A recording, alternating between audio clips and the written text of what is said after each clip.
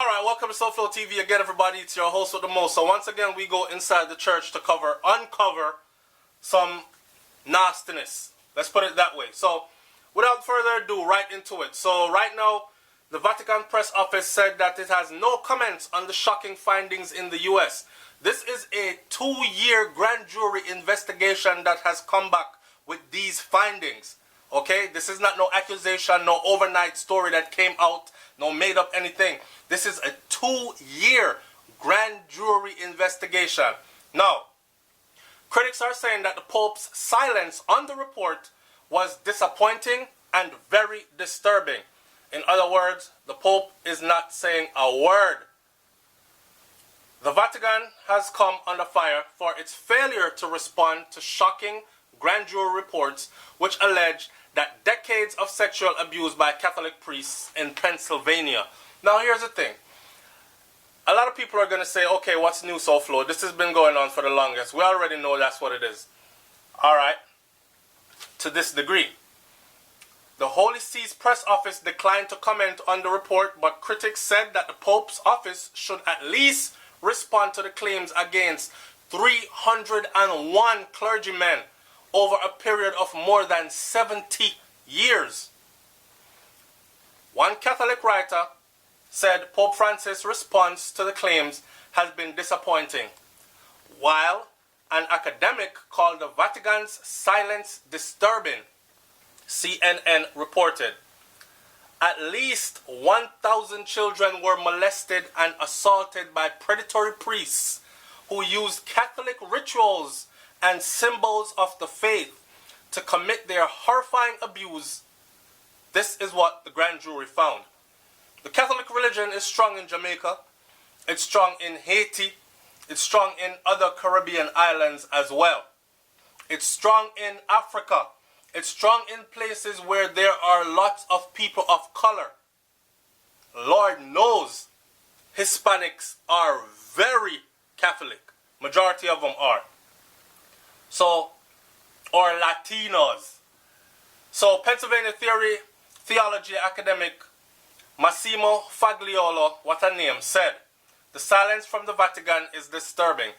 I don't think the Pope necessarily has to say something today, but he needs to understand the situation. But someone from the Vatican should at least say something. Catholic magazine editor Matthew Schmitz said on Twitter that Pope Francis, has at times been unfairly attacked for his handling of sex abuse, but his record is still very disappointing. He needs to act now by authorizing a full investigation of the American hierarchy. Now, this comes on the heel of, or some of the details in this stuff is just, man, what's out there? In a letter to the Pope, Shapiro said that the report has found a systemic cover-up of the sexual abuse by leaders of the Catholic Church. In other words, the higher-ups in the Catholic Church, they know about it. It's the same thing in Jamaica for the Christian Church. They know when pastor gone rogue. And matter of fact, it's because a lot of his other pastor cronies are into the same behavior and same things, and they have the power to keep the people silent, and that's what they do. They turn a blind eye, act like they don't see what's going on. They're not a part of the community when the whole community knows. And if the whole community knows, you best believe that the leaders of the church, they know. He called on the Pope to urge church leaders to abandon their destructive efforts to silence the survivors and follow the path of truth. So right now, the mission is on to silence the survivors. One priest, listen to this, one priest tied up a victim with rope in the confessional. You know, and I'm not Catholic, but you know, they're going to want like a booth, right? They go in a little booth and they get in there and they got to say, I have sinned, Father. And the father are going to say, okay, so what is it you've done, my child? And they're going to say, I have fornicated, or I have committed adultery and whatever. And then I'm going to say 10 Hail Marys and something, and be free from your sins. So they go in that box and they say, Hail Mary, full of grace, something. Them say it 10 times, and they're convinced that they're now free from their sins. So this one now went into the box, the confessional box, In the praying position, the grand jury wrote that when the victim refused to perform sex, the enraged priest, listen, the priest tie up the victim, The victim going there to go confess of sins. Priest come out and tie up the victim and demand sex. And when when the priest did not get the answer he was looking for, the angered priest used a 7-inch crucifix, a cross, to sexually assault this male, this boy. I will let your mind wonder what I'm doing with the 7-inch crucifix. I'm going to move on. These are stories that are out. One priest rinsed a boy's mouth out with holy water after abusing him, while another priest told the boy that he was fondling him, but it was okay because he was an instrument of God. In another church, a priest told a boy who confided that he had been gang raped as a 7-year-old and that he had to provide sex in order to get to heaven. Man, listen. At a parish rectory, the report said 4 of the priests made a boy strip and pose as Jesus Christ on the cross while they took pictures of the naked boy. Only 2 of the priests have been charged with crimes as a result of the grand jury investigation, because the grand jury have solid proof against those 2. Although a number were prosecuted in years past. Over 100 of them have already died, and many others have since retired. So you got to find this funny, because the accusation is that 301 of them, 301 Dalmatian, I don't know, there's something about this 301 number, but it's 301 priests that have been put under this banner right here, this guilty banner. And of those 301, 100 of them have already died. And many more have already retired. You got to understand, this is something that went on for decades, spanning 70 years. The Pennsylvania grand jury said that in almost every case there, the statutes of limitation for bringing criminal charges has ran out. So now it is merely an accusation. Church leaders say that most of the offenses occurred sometime in the past, and note that major reforms were adopted starting in 2002 to safeguard today's Catholic children. Isn't it convenient how the statute of limitations expires and then all this comes out to light?